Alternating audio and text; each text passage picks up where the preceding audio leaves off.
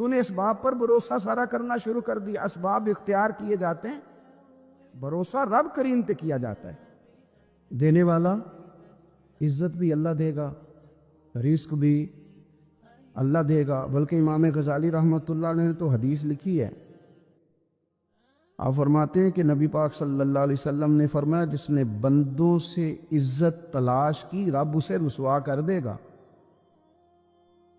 جو سیاست کر کے عزت حاصل کرنا چاہتا ہے, جو اس طرح کا ماحول بناتا ہے کہ میں کوئی ایسے کام کروں کہ لوگ میری واہ واہ کریں, لوگوں سے عزت کا حصول کرنے والے کو رسوا کر دیا جاتا ہے.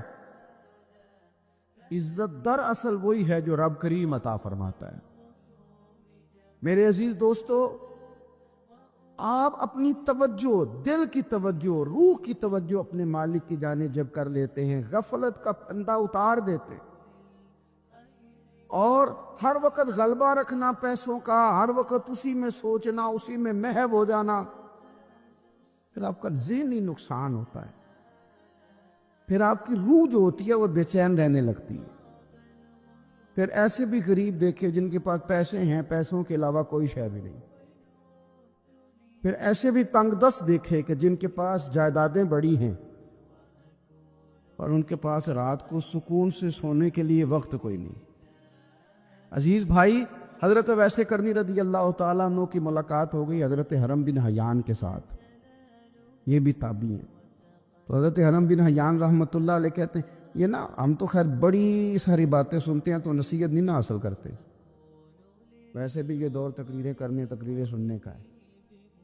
جو عمل کرنے والے لوگ تھے ان کا کیا طریقہ تھا کہ وہ ایک دو جملہ ہی کافی تھا. علم و بس کری ہو یار, وہ ایک کوئی عرفتے نہیں درکار.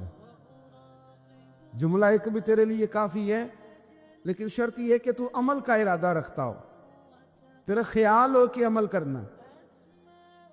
وہ لوگ نا مختصر سی باتیں کرتے, مختصر سی نصیحتیں کرتے, لیکن وہ عکس جلدی کرتے, اس میں سے اپنے لیے خیر جلدی تلاش کرتے.